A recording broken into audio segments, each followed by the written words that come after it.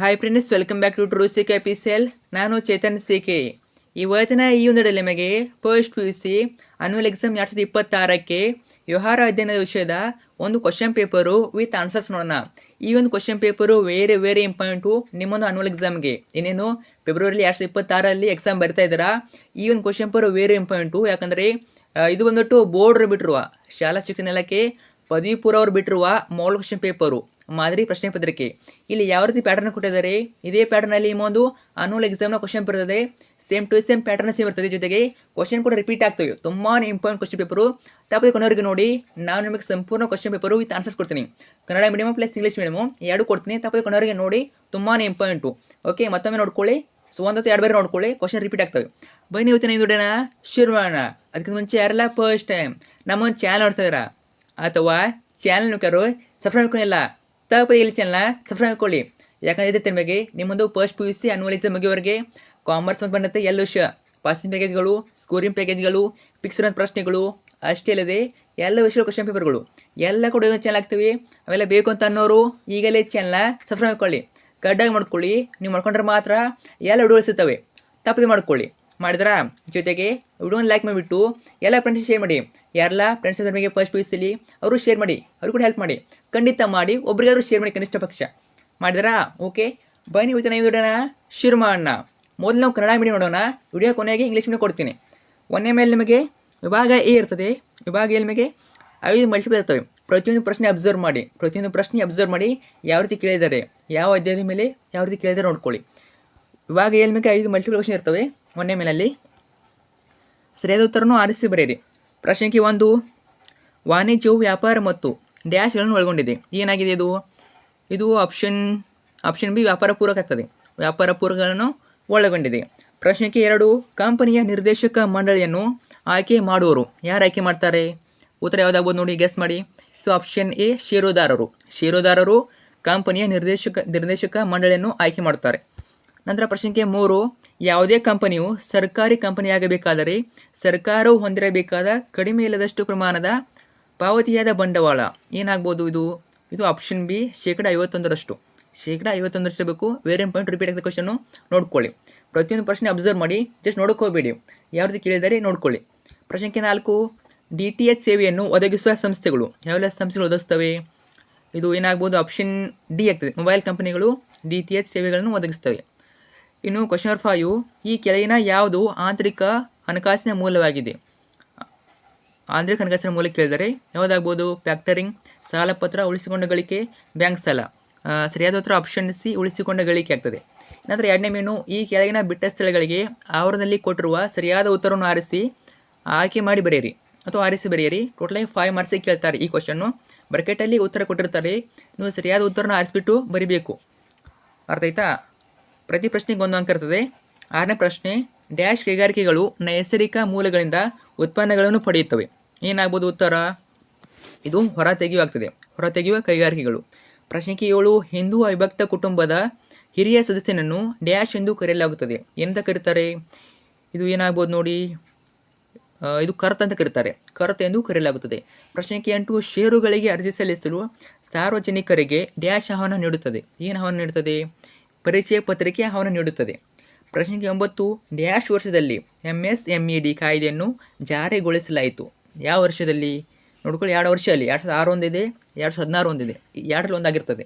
ಯಾವುದಾಗ್ಬೋದು? ಇದು 2006ರಲ್ಲಿ 2006ರ ವರ್ಷದಲ್ಲಿ MSMED ಕಾಯ್ದೆಯನ್ನು ಜಾರಿಗೊಳಿಸಲಾಯಿತು. ಪ್ರಶ್ನೆ 10, ಡ್ಯಾಶ್ ಸ್ವಯಂ ಸೇವೆಯ ತತ್ವದ ಆಧಾರದ ಮೇಲೆ ಕಾರ್ಯನಿರ್ವಹಿಸುತ್ತದೆ. ಯಾವುದಾಗಿರ್ಬೋದು ಉತ್ತರ?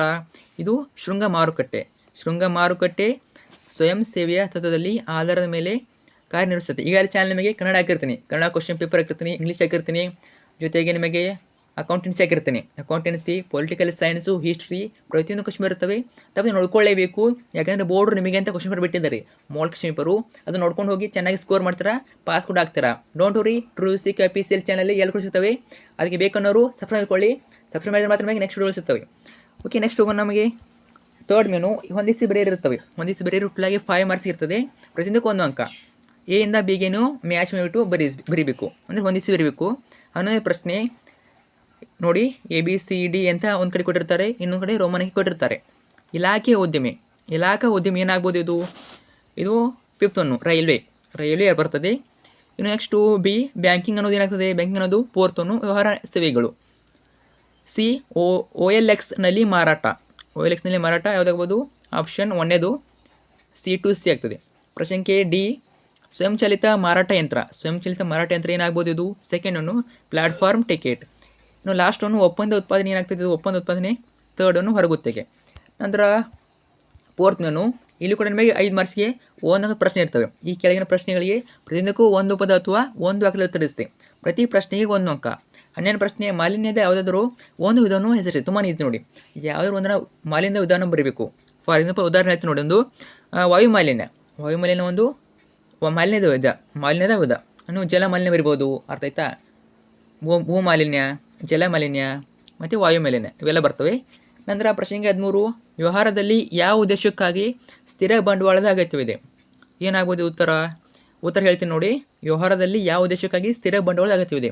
ಉತ್ತರ, ವ್ಯವಹಾರದಲ್ಲಿ ಸ್ಥಿರ ಬಂಡವಾಳವು ವ್ಯವಹಾರವನ್ನು ನಡೆಸಿಕೊಂಡು ಹೋಗಲು ಅಗತ್ಯವಾದ ಭೂಮಿ ಮತ್ತು ಕಟ್ಟಡ, ಸ್ಥಾವರ ಮತ್ತು ಯಂತ್ರ, ಪೀಠೋಪಕರಣ ಇತ್ಯಾದಿ ಸ್ಥಿರ ಆಸ್ತಿಗಳನ್ನು ಖರೀದಿಸಲು ಅವಶ್ಯಕ. ಇನ್ನೊಮ್ಮೆ ಹೇಳ್ತೀನಿ ಕೇಳಿ.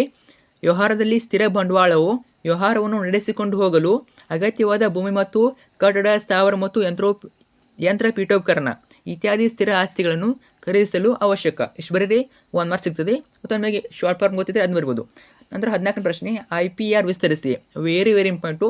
ಒಂದು ವಿಸ್ತರಿಸಿ ಪ್ರಶ್ನೆ ಕೇಳ್ಬೋದು, ನೋಡ್ಕೊಂಡಿರಿ. ವಿಸ್ತರಿಸಿ ಕ್ವಶನ್ಗಳನ್ನು ನೋಡೋಣ, ಟ್ರೈ ಮಾಡ್ತೀನಿ. ನಿಮಗೆ ಒಂದು ಪಾಸಿಂಗ್ ಹಾಕಿರ್ತೀನಿ, ಬಿಸ್ನೆಸ್ ಸ್ಟಡಿ ಮೇಲೆ ಒಂದು ಪಾಸಿಂಗ್ ಹಾಕಿರ್ತೀನಿ.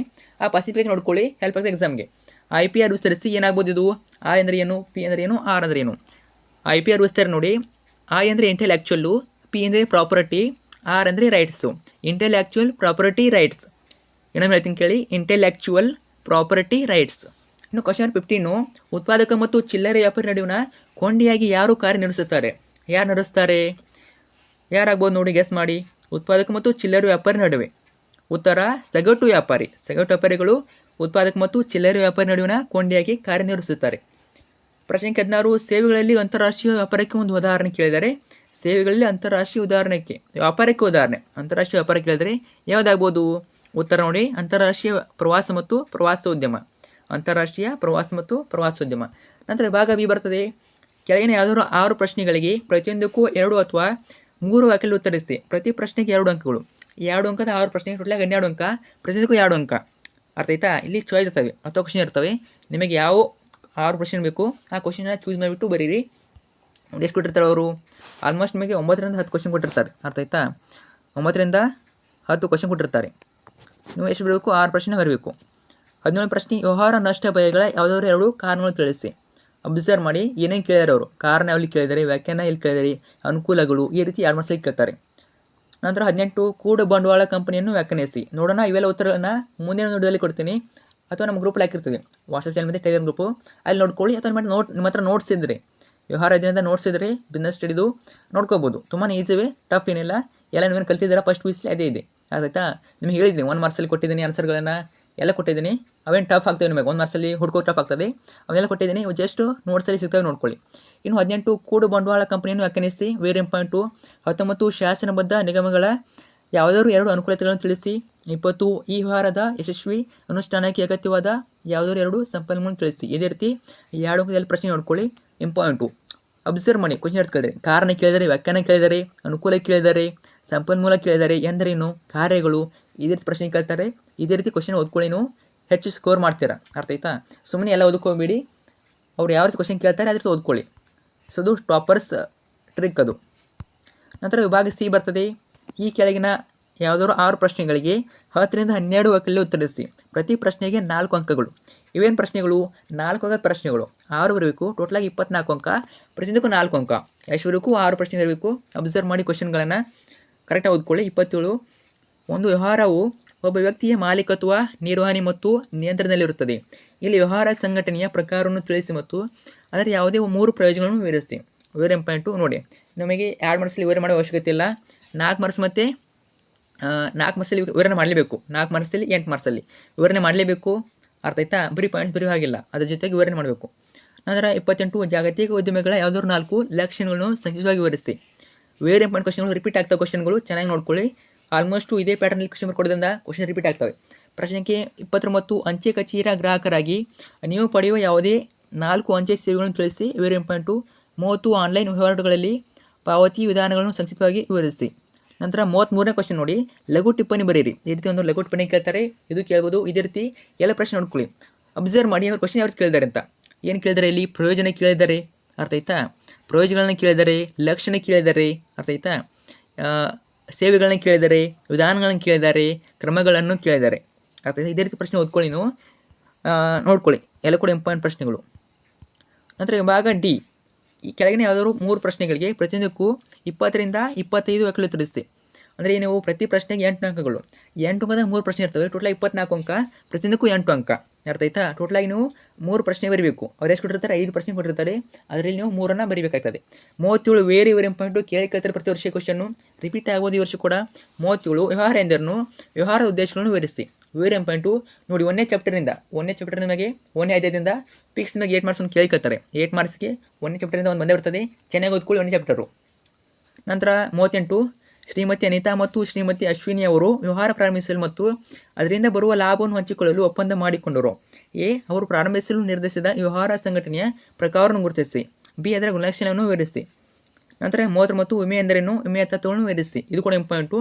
ಸೊ 37, 39 ವೆರಿ ಇಂಪಾರ್ಟೆಂಟ್ ಕ್ವಶನು, ಚೆನ್ನಾಗಿ ಓದ್ಕೊಂಡಿರೋಣ.